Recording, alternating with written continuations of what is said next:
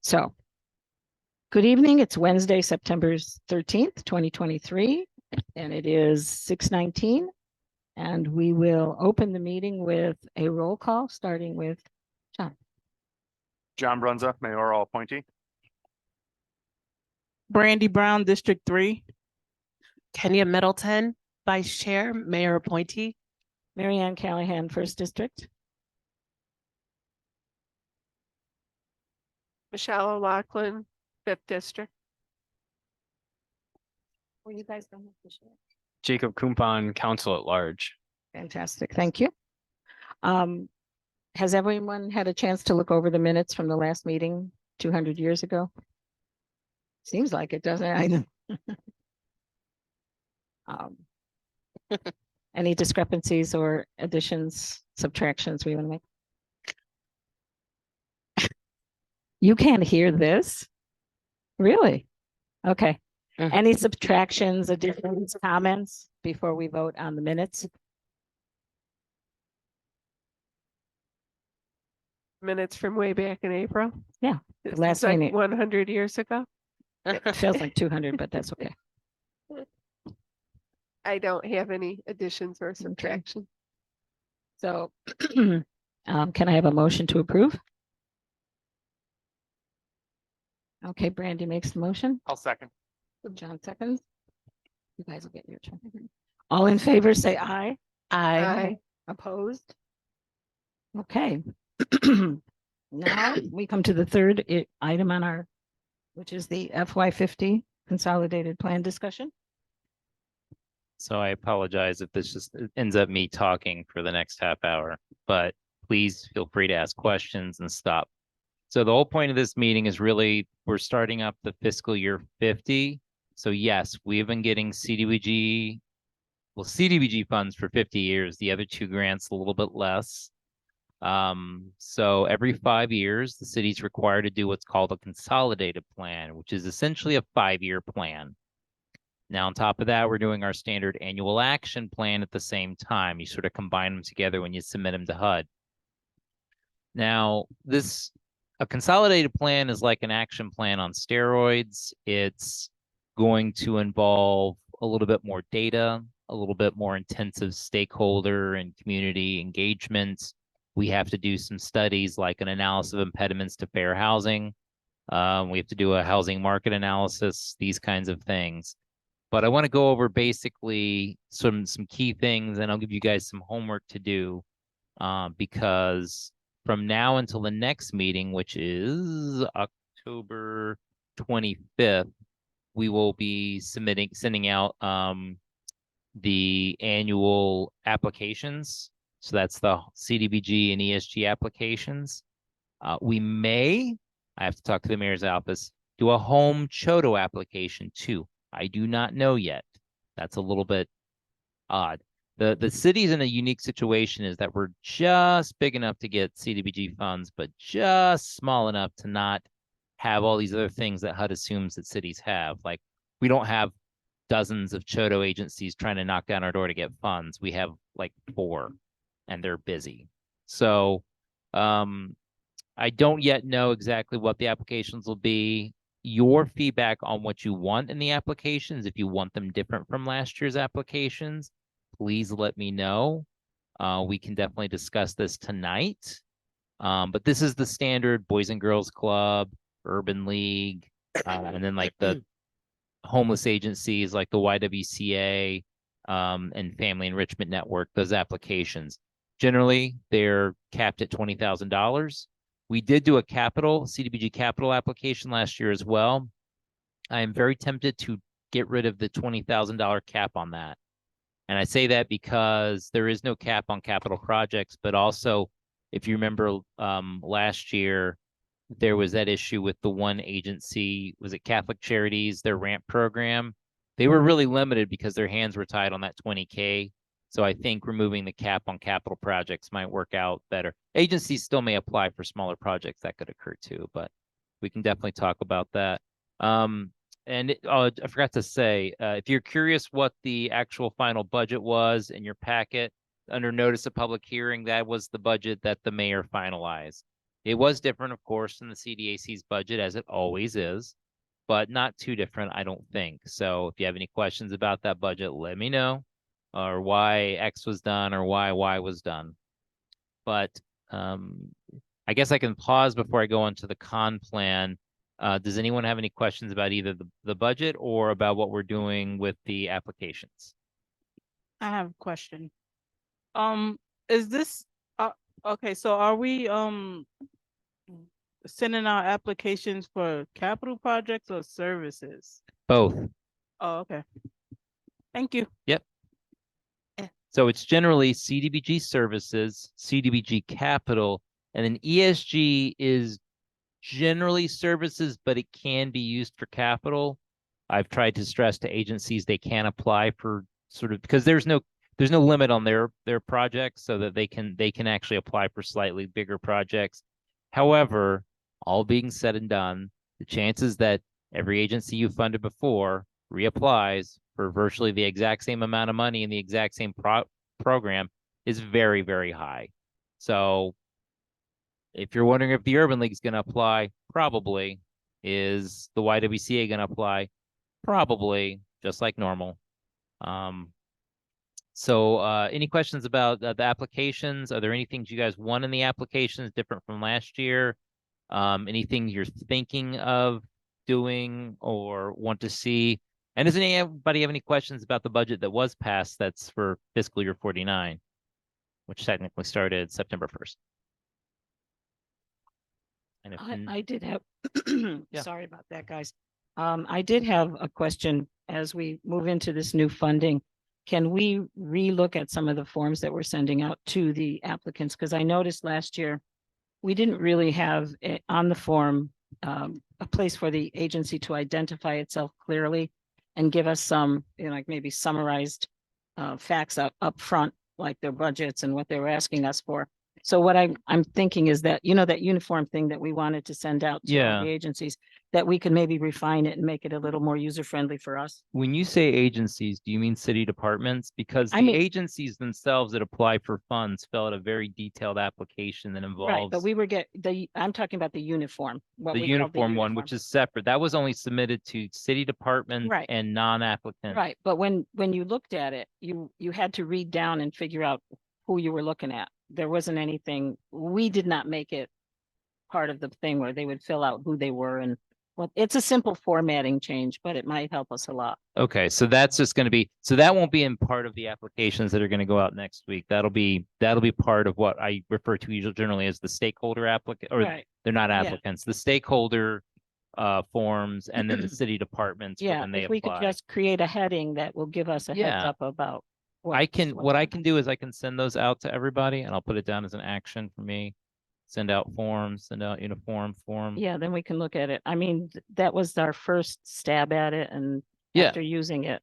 But again, I have to stress that this is separate from the applicants that are applying for Right. actual funding. Right. Well, other than the city department. No, I understand that. I just thought we'd bring it up before I forgot it. Yeah, okay, so I'll Thank send that out for review. And you guys can let me know if you want additional stuff.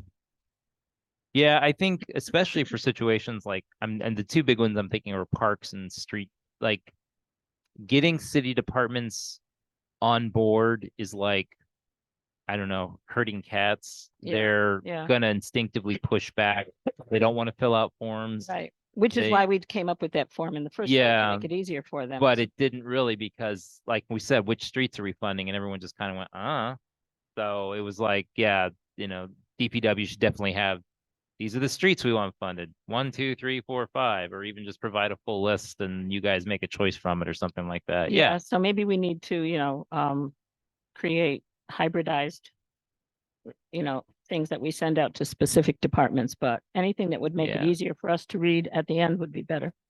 All right, I got to get up here in a second. Can you guys discuss this for a second? I got to let Devin. Are you going to be out of earshot? Can we talk about you?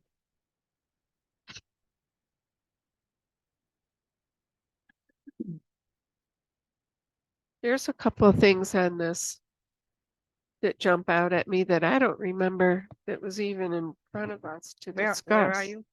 She's on the budget. On the entitlement part. Entitlement budget, okay. The one that was passed. Like, Mhm. do you guys remember what one jumped out at me? I remember a lot of it. The Tubman Center Freedom Trail Project. I don't remember talking about that. I think if I'm not mistaken, I just think that's what they put on there. Maybe city council voted for it. Yeah, I'm sorry, what? Oh, no, I said, I'm not sure. Don't quote me on this, but I think city council just voted for that. So Okay. I'm not sure. I don't think that wasn't brought to us. Yeah, I was just trying to, get everything straight in my head. And that and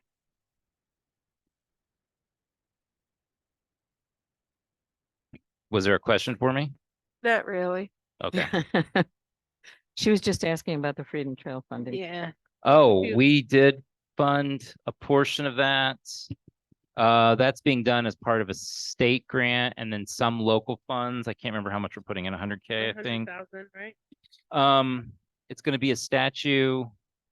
And then there's gonna be basically plaques around the city. I think it's a walkable one. Mhm. And the instinct, like, I don't know for sure, but the instinct I'm getting out of it is it sounds kind of like the what do they call it? The Liberty Trail in Yeah, Boston. I guess this is where Harriet Tubman, I guess, made some stops Yeah. along her trail. And you can literally Around- walk it yes, from yes. point A So to you're point walking, B to yeah, point so C. you're Yeah. walking. Okay, That's cool. Yes, So follows the Underground Yeah. Railroad, huh? yes, that's awesome. So, um, And the Home Buyer Assistance and Repairs Program, Mhm. Mhm. I don't remember that we funded it for 300,000. I think the mayor pretty much, you guys had said, put it all on this and it's little on this, and the mayor basically switched it around. Mhm.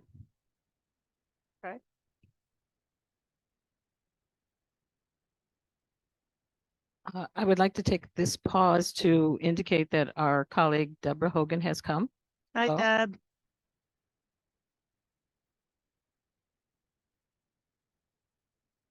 All right, okay.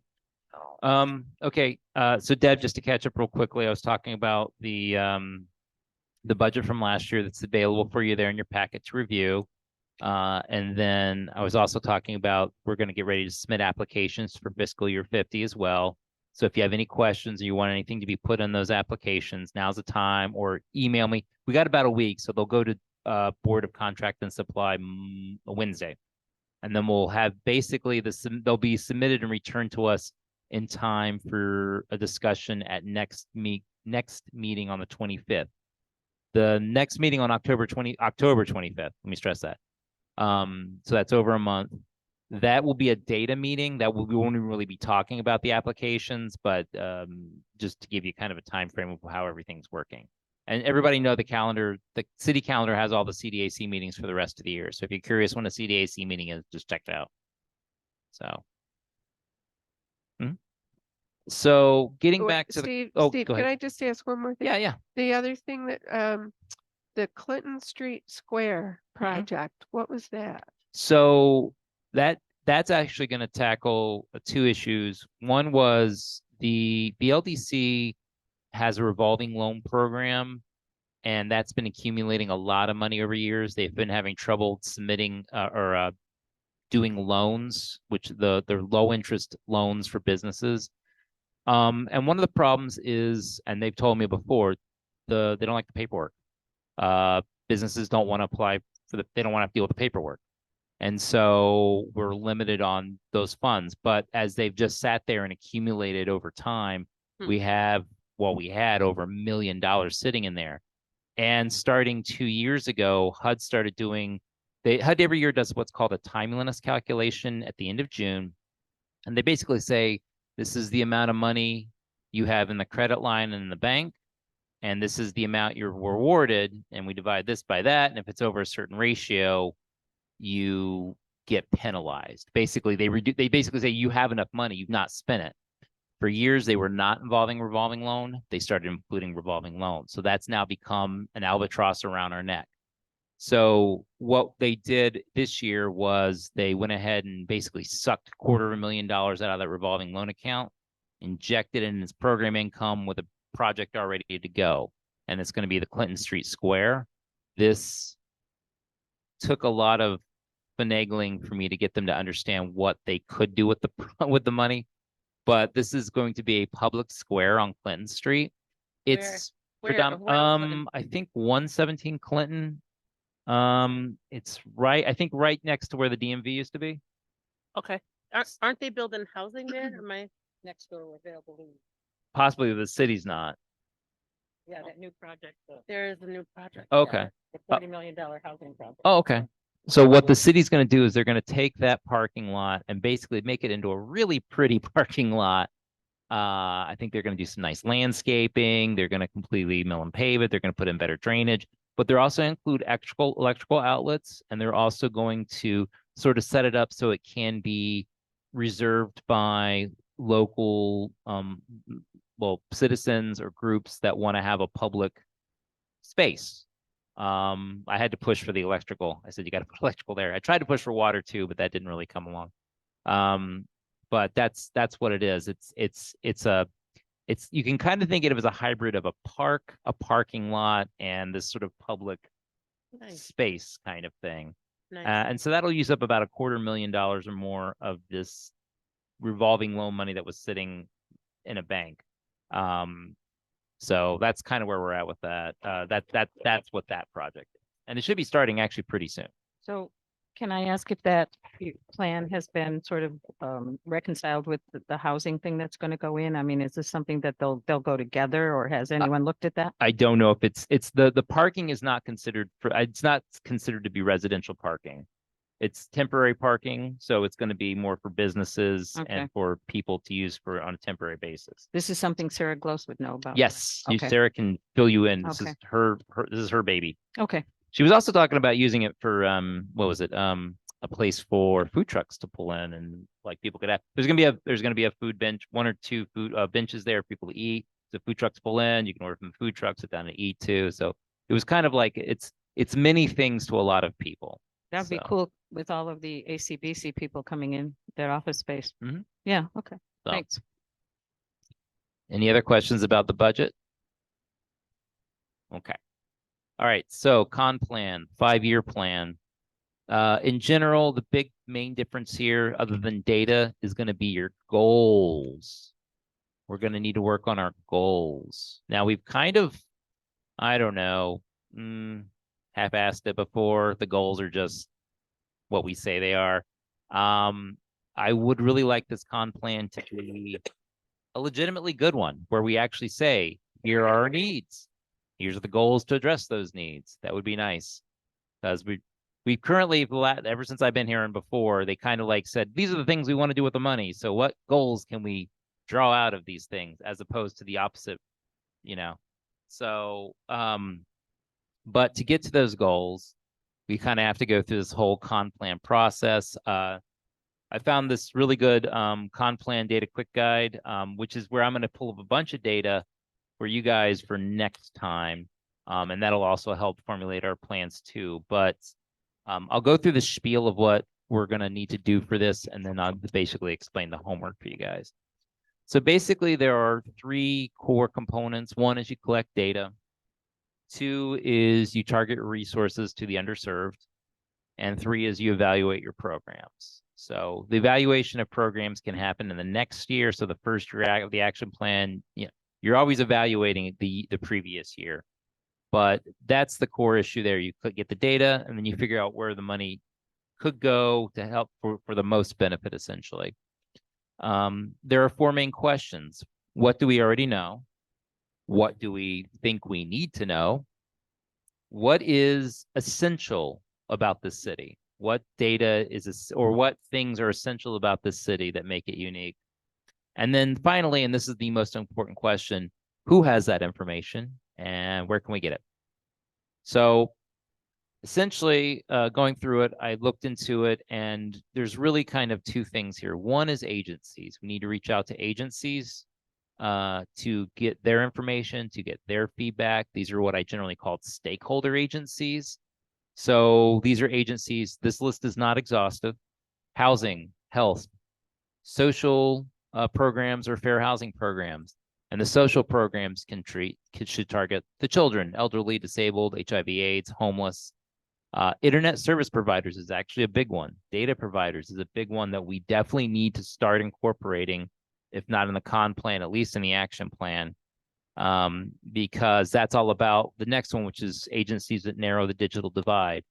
Right now, of all the things we've done in the past few years, literally the only agency I think that would even get close to approaching the narrowing the digital divide is the Urban League's Attain Lab.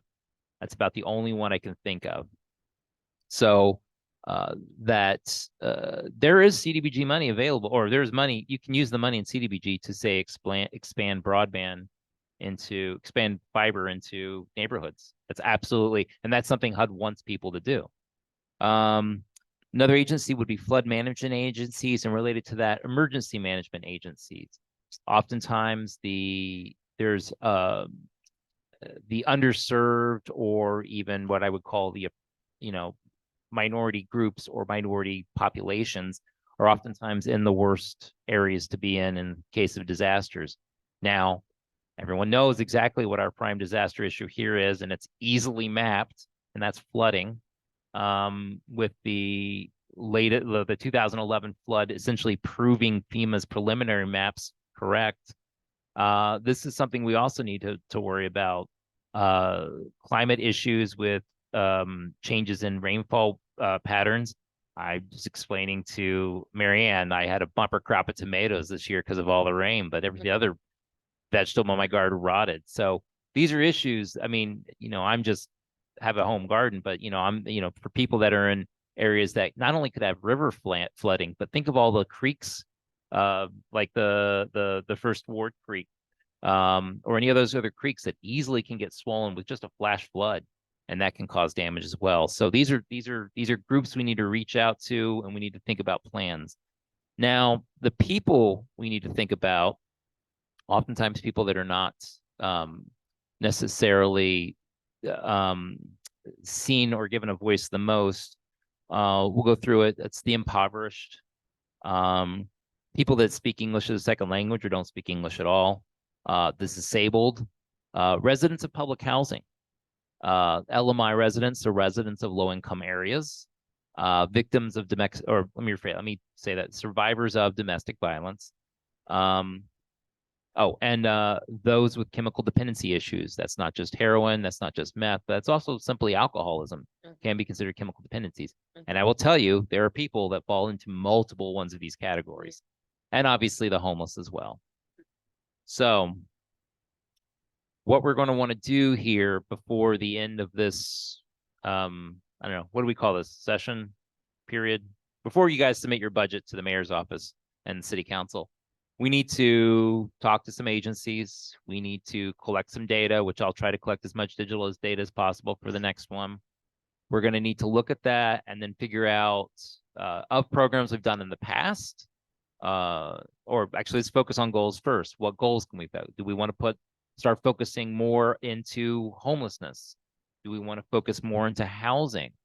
I'm going to say my gut instantly is going to be housing is probably one of our most undermet needs, but I don't want to say that's absolute, but it is the one I hear a lot. Yeah.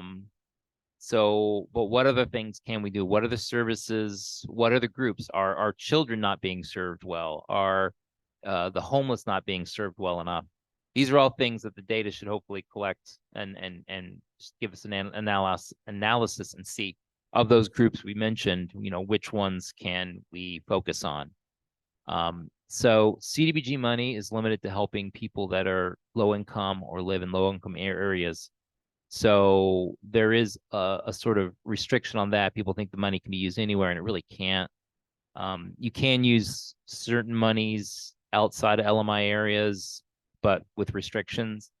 So that's always the big one. It's got to be LMI, or it's got to target a group that is traditionally been seen by HUD as being low income, and that will include the elderly, disabled adults, illiterate adults. I have to stress disabled adults because disabled children are not automatically qualified as low income. Migrant workers, individuals with severe disabilities, and that generally catches everything. Physical, mental, chemical dependency can fall under that category. I'm trying to think what other groups are there. That's, I think, the main groups that automatically qualify as low income. So other than those groups, programs and services have to sort of target those provable low income areas or provide services to provably low income households. Yes, Brandy. What about the unemployed? Is that, Unemployed is not automatically considered low income. They may be. I mean, if you're unemployed, by theory, you're making zero income. But if someone has, I don't know, a trust fund kid or something, wouldn't necessarily be considered automatically low income. But if you're unemployed, I'm assuming you're making zero income, so you would be low income just because you're not making any money at all. I'm just mentioning it because the workforce was moved to the mall, and I hear a lot of people saying that it's not easy to get to. So I don't know if that's something that we can do something about, but Okay. yeah. So let me just- get to the homework, and maybe that'll Okay. help address it. So here's one where you see a potential problem. Now, this is all anecdotal, and that's fine. Everybody's going to have anecdotes. They think this will work, but we'll definitely need the data to back it all up as well. But let's say we prove it. Okay, so we're seeing that there's an unmet need in the community for workforce training. What are our issues with workforce training? It's too far away, or we could find that there's other issues. There is a local one or one in downtown Binghamton, but it's not, say, being advertised enough or something like that. And then we say, okay, then we could possibly come up with programs to start address. So the goal could be helping low income or unemployed people back into work. And there's multiple ways you can address that. And this is just one program, a potential program that could do it. Other programs could do it too. So we have that low income or the BLDC business loans that can help. Those programs, if they're getting the CDBG money, are required to create jobs for low income people, or reserve jobs for low income people if they prove they're going to move out of it. But sorry, red tape. Sometimes the red tape spews out of my mouth. I apologize. So that's potentially a way of doing it. Trying to think of some other ways you could do it. Targeting like the housing authority as trying to get workforce innovation, training into there, help get people out of the housing authority into the community. People may say the reason people aren't employed is because they don't have, I don't know, phones, or they don't have X, or they don't have Y. And so these are, so we could possibly create a goal here, and then some potential programs could address that goal. So that's kind of how I'm working it out. So the homework for you guys is absolutely do what you're doing now, where you're saying, you're hearing from people, hey, I need X, I don't have that. What can I do to get that? But also listen to just other things that people need as well. Is it just, obviously it's not just employment training, or is there a bigger issue there? Is it lack of access to jobs? Is it lack of jobs? Is that the problem? Is it, and I can get data together, but data is only so good. It's a cold number. It's a cold number that's going to sit on the screen that without context doesn't really mean anything, that you guys will less be able to bring it to the table, if that makes sense. So, go out there, listen to the community, talk to businesses, talk to people. If you go to church, talk to people at your church. If you go to, a store, if you know a business owner, hey, what's the problems you've got? If you see this homeless guy on the street that you know by first name because you give him a water every few days, hey, why aren't you in a shelter, man? There's shelters for you. If he says, I don't like shelters because blah, then you go, okay, well, there's a guy who's had a complaint about shelters. You're driving around, you bottom out your car. He's like, why the heck is this pothole been sitting here for 5 years and it's not been fixed, and I've had to get a new tire? Those are things you can do. And I'm sure the public will tell you, especially if you tell them I'm on a committee that gets money to do these kinds of programs, what do we need? Are the parks in your area in dire need of something? The kids are having fun, but now the adults have nowhere to sit, or I wish more places for families to be able to sit down and eat, those kinds of things. Do we want more access to the river? Those are all kinds of things. So just be out there and listening. So that's your homework until the next meeting, is to just get out there, listen to the people, talk to people, figure out what's going on, what people need. And my homework will be to slog through this and get a good chunk of data. And then we can bring it together the next meeting and go, these are the numbers up here. And you guys, well, I know this, and this, and hopefully it'll coalesce into some the sort of protocols we're gonna move towards. Steve, can I ask a real world question? Absolutely. This is really good. Mhm. But what kind of pot of money are we talking about? Are we talking about a CDBG budget that's going to be pretty much stasis? Well, yeah, assume, so it's a 5-year plan and an action plan. So assume roughly the same amount of money for the next year's action plan and basically times 5 for the 5-year plan. So we get Okay. about roughly 2.25 million between all the grants. So roughly assume about that much going forward for 10 years. Okay, because that will make a 5 years. difference Yeah. in the priorities that we pick. Yes. Okay. And another thing I can do, so I hadn't thought of this before, and you just made me think of this. If you say, Steve, how much does it cost to rehab X amount of feet a street? I can do that. Or how much is the average cost for a demolition? That's roughly 30,000. I know that. Can you So- give us new project startup estimates if we come up with? Well, it depends on what the project is. Well, I yeah. mean, can you, if we decide to do something like that, is there a cost analysis that can be done? It depends on how it's going to be done. If the city's doing it, I'd have to go to DPW and engineering to try to put together the numbers. If it's something an agency would have to do or apply for, we'd have to reach out to an agency that might be willing to do something like that. Now, we can absolutely, as part of the application process, ask agencies, like, they're going to come in and do presentation. Mhm. You guys can absolutely say, hey, while you're here, great program. While you're at it, what do you think about this? And something that'd be relevant to that agency. So, for example, if you thought a homeless agency could use a car, you ask them about that. Can you use a vehicle? So, just so you guys know, we are giving a vehicle to the YWCA here in a few weeks. So, Good. with Good. the ESG events, this will be their street outreach vehicle. Wow, Good. that's great. So, but where was I? Oh yeah, and so we'll also have that stakeholder the stakeholder meeting, which is what you had alluded to with the uniform form.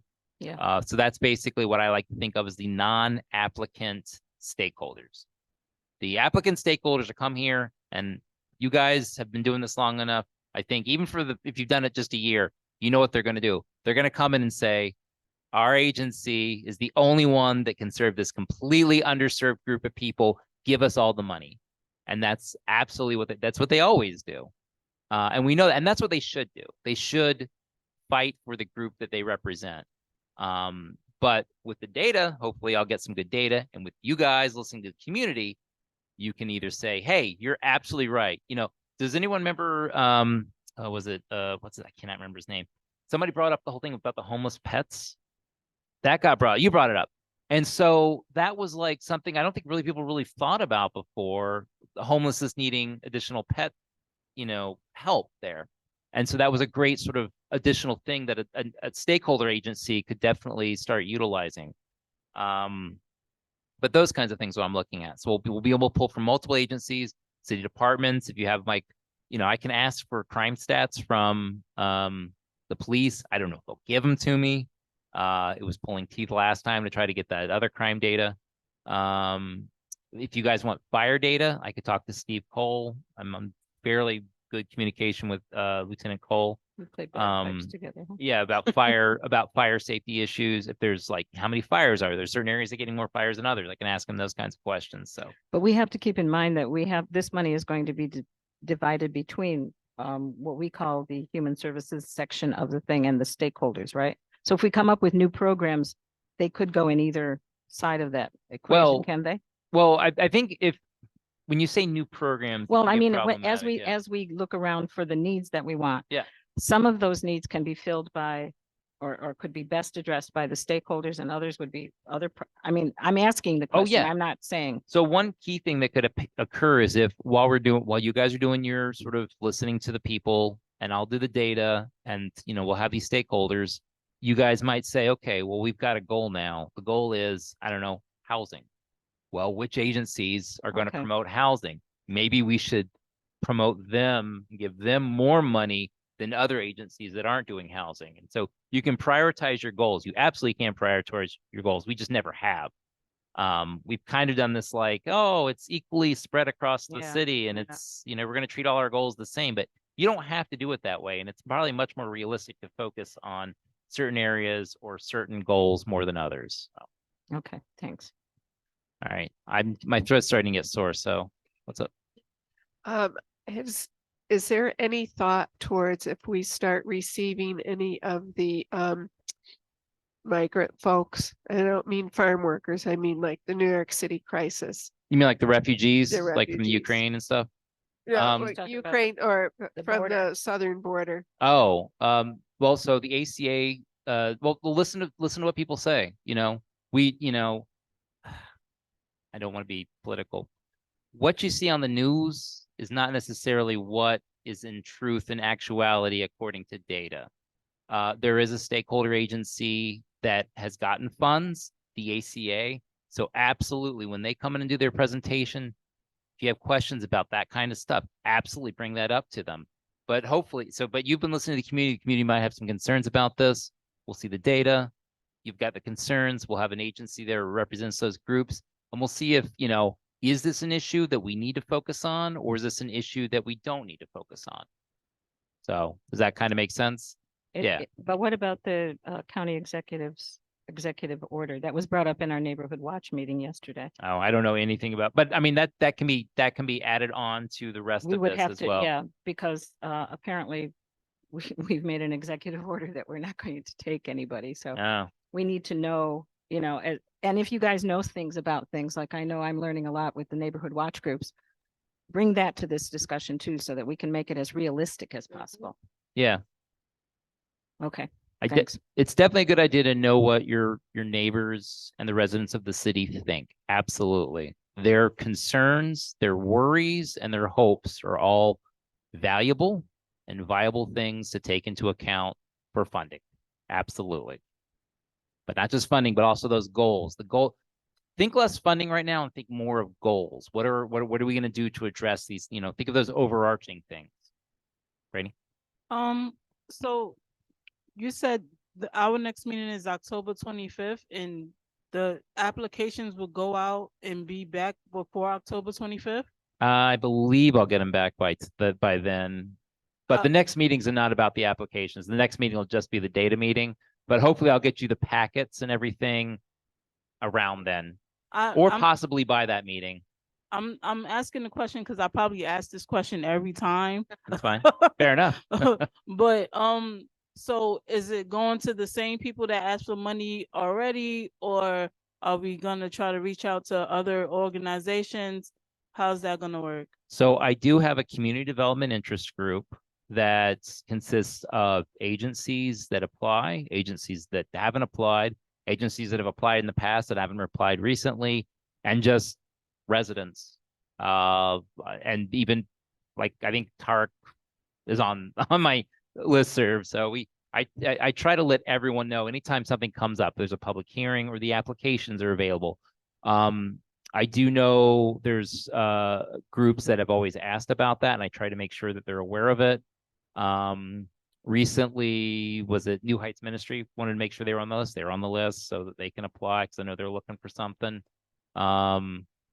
So I'm just. So I can send them your email if they ask. Absolutely. If you know of any agency that has a project or program that needs funding, have them email me and I will put them on the listserv and let them know when applications are available.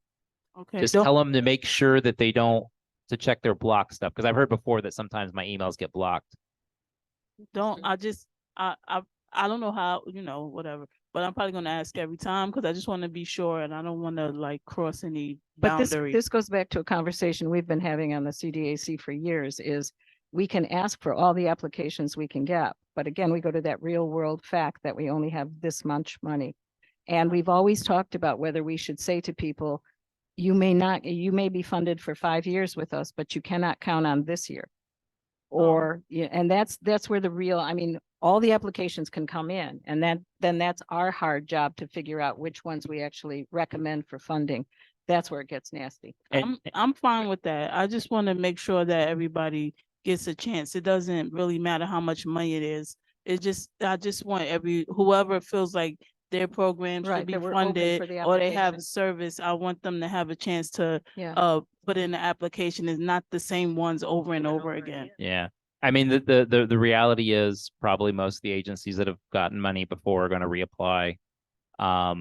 And also understand just the real world situation where, you know, the powers, the executive powers within the city have certain programs that will be funded.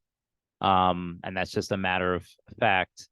But you know, we got a lot of applications last year that we hadn't gotten before, and that was pretty Yeah. great. And I think, did we fund anyone sort of different than we normally funded? I never checked. I thought the pacemaker. Let's see if there was Good. anyone new. Oh, Safe Streets Noma Community Center. That one hadn't been funded before. So Yay. I mean, that's one that just hadn't been funded before, and now it got funded. So, but yeah, definitely more agencies, the better. I also like to just hear from them, because when you hear an agency apply, even if you guys aren't going to fund it, you know that they're indicating, just by the nature of the application, an unmet need. They're indicating that, you know, we need this. You know, you can agree or disagree, but whatever the data shows, combined with anecdotes and then the applications, that should give you a very sort of broad idea of what really needs to be done. Hey, Deb. Steve, a couple things. Mhm. Going back to spreading the information about the application process. Just to go back to that for a moment, there is a new community affairs program with WBNG. Mhm. It appears to be an hour program, and they're taking snippets of that interview and creating PSAs. Mhm. And not the traditional PSAs. What I mean, if there's an event coming up, they'll say XYZ. That might be another avenue for us to outreach to that we haven't traditionally done in the past. I'm always one of the gopher trying to get that out to people. And I think this is a brand new venue that I think we could pursue. Mhm. Part two, and going back, when we're doing the listening tour, would it be beneficial to have maybe a list of 5 or 10 questions that we all have that is uniform? Now, whether we get one question answered or all 10 with whoever we interact with, I think that gives us a platform with which to go forward. And whenever we can have something uniform, Okay. it helps. So on to the first part for WSKG. The WBNG. mayor, the what? WBNG. Oh, WBNG. The mayor controls all media sort of outflows from the city. So I wouldn't be able to call them, but I can definitely ask Megan once the applications go out if she's willing, or her or the mayor, willing to do anything with WBNG. Yeah, it would be great for it's alive. It's not just like submitting a news release. This is like a back and forth communication. And then that might be a way for us to also advertise, hey, at the end of this process, there's going to be a public hearing. Mhm. You know, put that out there for groups. Okay. And maybe whenever we've done more on the outreach, especially for the public feedback, it's served us well. And we have gotten new people, not always 50 people, but there have been sometimes upwards of 10 people. And considering what the years we've had none or one or two, any improvement in our numbers is from a person who's an oldie here. It's an improvement. Do you guys want me? I think I did it last year for the next data meeting. Do you want to do this as a public hearing where I present data, and then you can sort of at the beginning of the process allow residents to come in and voice some opinions at the very beginning. So sort of an extension of your sort of anecdotal data collection, allow people to come in and communicate. Now, if you recall, what happened is what normally happens, where the agencies are applying through the normal applications and we'll have presentations. Are they going to come in and say, my agency is the only one that can serve these underserved people. Please give us all the money you can. That did happen, but I think we had a few other people that came in and sort of voiced some stuff too. We got to come up with a funny term for that. Not like demeaning, but I think it just needs to be. It's like, yes, we know you want the money and you're going to come to the next 3 public hearings. And but I could do the next one as a public hearing if you guys want that. You guys want that? Yeah, fine. All right, I'll do it as a public hearing. So we'll have to piece out how we want to do it time-wise, along with the data presentation. I won't know until a few weeks from now how much data I'm going to have. It'll probably be a presentation again. That's what I did last time. Maps and all that other stuff goes up on the board. Okay, so public hearing next time. 10:25.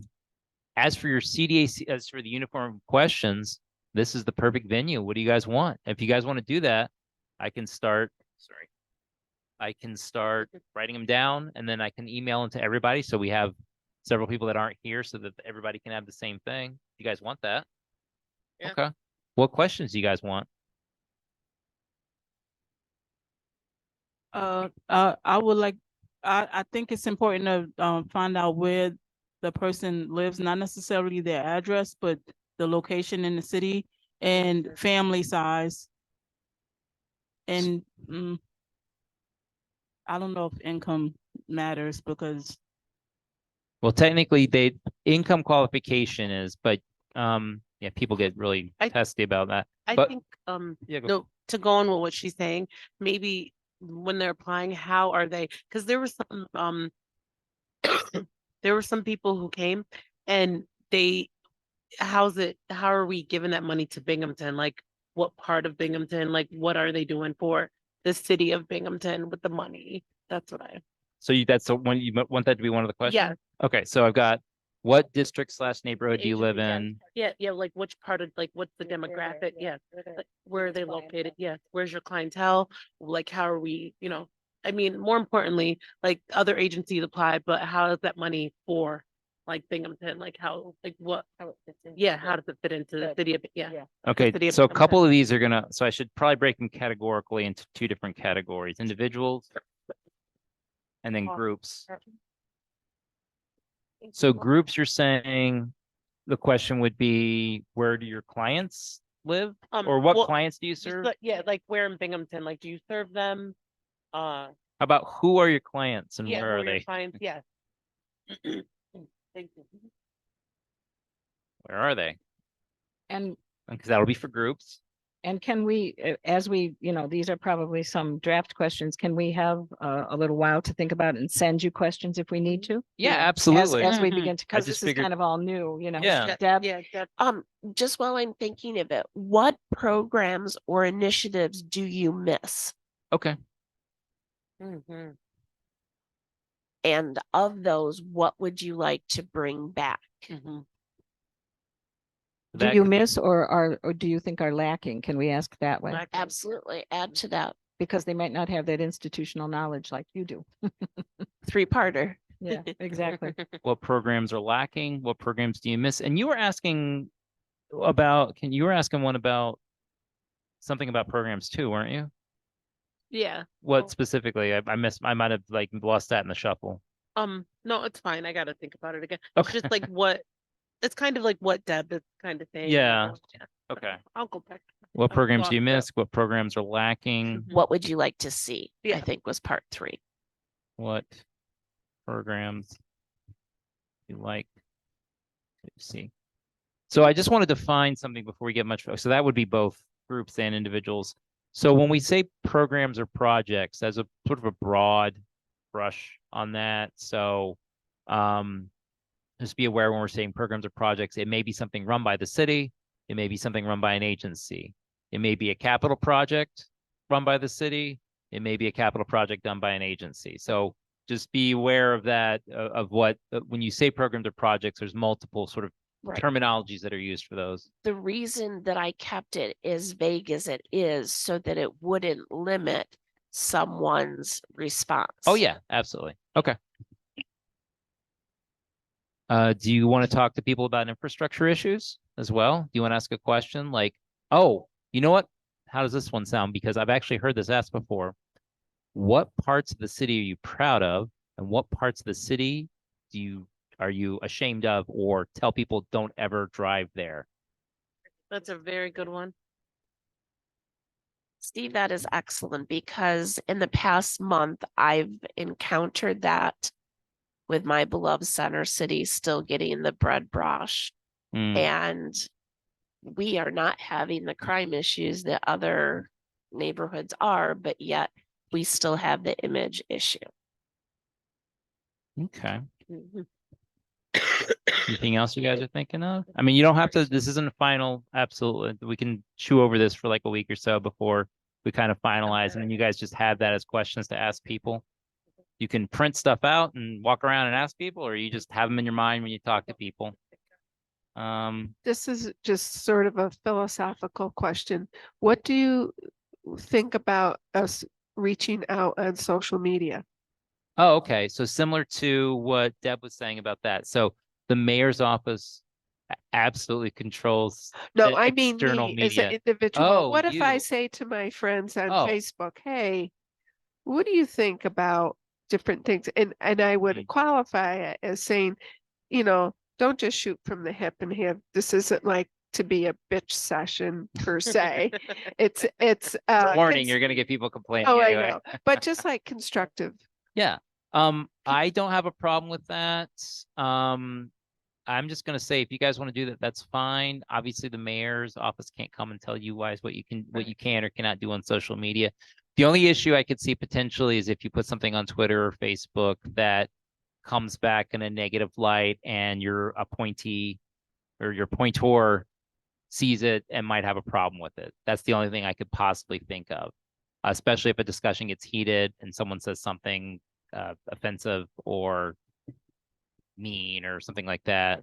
That's the only potential issue I can see that being, but the city can't tell you what to do on your own social media at all. So And I can say I'm on this, yeah, I mean, this that's what you device. are. You're Yeah, on the that's what I would CDAC. say that is Yeah. in the context. Yeah. And I'm just bringing it up because over the summer, I have had many people return to the area for reunions, like Mhm. school reunions, that have lived away for a long time, and they have come back and are both shocked at many things.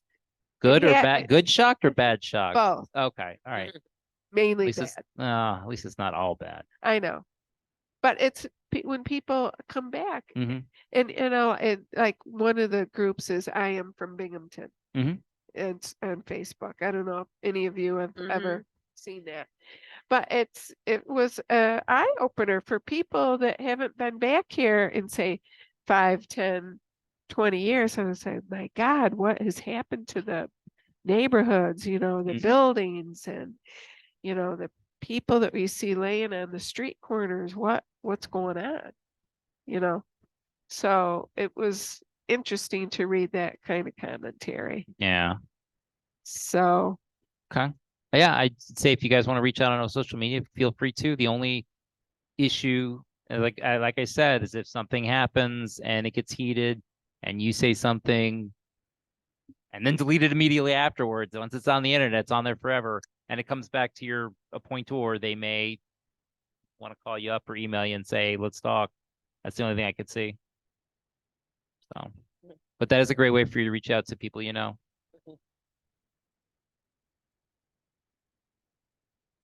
Anybody else? These are really good questions. These are really good. These are really good thoughts and concerns and issues. I like it. We're a good group. You guys are a great group, by the way. Oh, thank you. Thank you, Steve. Most of you, if you know. Yeah. So okay, so yeah, if we don't really have any more questions about that, I'll sort of compile these. It'll just be like a words something. And then you guys float some by. I'll email out everybody about the what we're doing here, and hopefully we're missing like 5 people. Hopefully they can They can provide some feedback, and then maybe within a week, I'll be able to send out something. You guys can use that. Now, you don't have to follow it to a letter, but Deb's point is good. That way, you're sort of gathering the information in a consistent manner. And like I said, businesses, neighbors, friends, family, the favorite place you like to go into, stores, restaurants, bars, even, your churches. If your kids go to school, maybe have a talk with the teachers. Trying to think. Does anybody have any kids in school here? I don't know who has kids or not. Oh, yes, I do. Okay, so you have that sort of ear there. Okay. Thomas Jefferson and Binghamton High School. Okay. Mhm. So It's so the a cute schools, one. teachers, your kids' teachers, get a cab or an Uber, talk to the cab or Uber driver. I've had some of the most weirdest conversations about society in taxi cabs. So with the driver. But they're a great way of just sort of picking people's brains. You learn a lot, even when people are different. Like you learn so much, their opinions and facts. You learn Yeah. so many things. Yeah, the way they see things. You can talk to people. Absolutely. So yeah. And you can start asking questions now, but I'll try to get, once we, give it a week or so for everybody to respond, I'll have a more uniform thing here. So, okay. That's all I kind of really have for this. Just getting you guys ready. So it's a con plan. I think we can do it in the time allotted. There's some things on my side I've got to do. Like I got to do an analysis of impediments to fair housing.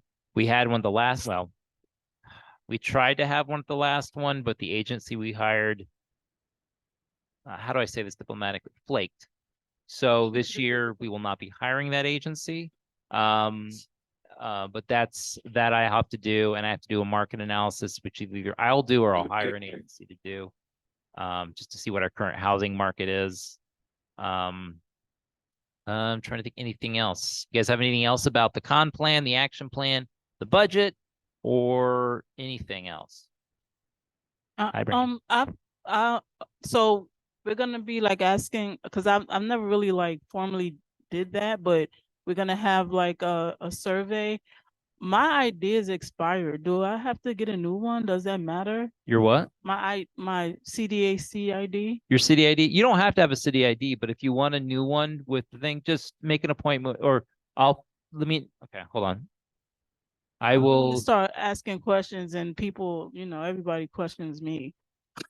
Are people asking for your ID? No, I don't. Before I start, I don't know. I just want to Alright. make sure. So I'll email Lori Cliff with your information, or I'll CC it, and you can communicate with her to come in and get your new ID done. So yeah, I don't want you guys to think this is a survey per se. I mean, you could sort of survey-ish it up if you want to print off some copies and have people fill it out, but it's more of just sort of getting a vibe of the city. I'm just like It's not an official survey. I got to stress that. at work on Mondays, we usually get like 30 people, and then on Saturday we get like 60 people, and I feel like that would be like a good opportunity, but I don't know. I just want to make sure that I have proper ID before they think I'm trying to be nosy for my job, and I'm actually. Where do you live? How many people are in your Yeah. household? When do you go to sleep at night? Yeah, it depends on the questions you're asking, but we are a citizen advisory board. So as a citizen, like I plan to do that at the neighborhood watch meeting. Citizens should be asking these questions, even if they're not on this committee. You're very cautious. Yeah. And that's not bad. No. I have one more question about, Oh. there's gonna be redistricting. Oh, is there? There is Yeah. redistricting. It's starting already in done. January, yeah. So I will not be 5th district. Okay. So it depends on, wait, what is Where the I new live, so that is now becoming 6th. Are we losing a district, or are they just moving the districts They're around? moving. They're moving. The borders are changing. Okay, so per the bylaws, you do not have to live in the district that you represent. Generally, though, the appointors want an appointee from their district. Right. So talk to your appointor and say, do you still want me here, or would you like to select someone else? I would hate to lose you. I'd hate to lose any of you, but you know, bring it up with them if there's a concern and see what they Well, say. mine is Joe Burns and Mm. he's not gonna be running again. Oh, when And- so and- you're then that when is the new districts kick in? January. Okay, so that's when the new it all gears up for the next year's So what if your CDAC anyway. appointment runs past that? When is your hold on I don't know. Because I think mine expires at the end of this 12/31/23. So yours does technically end at the end of this year. And with the change of, a council person, it might change it might change for a lot of us anyway. Yeah. I would say be cognizant of it. In that case, I kind of want to then press to make sure I get all your guys' feedback before that in case I lose anyone, Yeah. which I don't want to, but I will tell you this, getting CDAC members is like pulling teeth. I know sometimes the position stays open for years. We had one that stayed open for like 2 years. So, hopefully that doesn't cause a problem. Hopefully there can maybe be some trading here. Maybe you're in this district and oh, well, you'll represent this group now and we'll get someone else that, yeah, hopefully. But yeah, It'll at be the end of the interesting. year, let me see, this is who's up. Marianne, Brandy, Michelle, Justin, Will, and Kenya. Your appointments end at the end of this year. So. But that doesn't mean you won't be reappointed. It just means you need to get a reappointment letter. And then it just depends on who's going to be representative of that district or the group. I mean, you're mayoral appointee, so the mayor's the mayor. But yeah, just be cognizant of it, and if you guys can't be here anymore, that sucks. But Come sit over there. give me your feedback before, but we'll see. Let's not try not to worry about that until it happens. But whatever happens does happen, and that's just the nature of things. No more. All right. So anything else? I think you've given us a lot to think about, Told you it was gonna be homework, and you were right. and I've got homework too. Oh, yeah, yeah. So I'll make a motion to adjourn. Hold on. Let me. Well, can I ask for one first, or can we take the final roll call? She wants to get out of here. Okay, our discussion being ended, can we take a final roll call and then can I have a motion to adjourn? John Brunza, mayoral appointee. Deb, go ahead. Brandy Brown, District 3. Deborah Hogan, mayoral appointee. Kenya Middleton, vice chair and mayor appointee. Mary Ann Callahan, First District. Michelle O'Loughlin, Fifth District. Jacob Kumpon, council at large. May I have a motion to dismiss? Make a motion to adjourn, dismiss. Dismiss. I second. All in favor? Aye. Aye. Opposed? You can stay here in the dark, right? I don't know. It's just, I think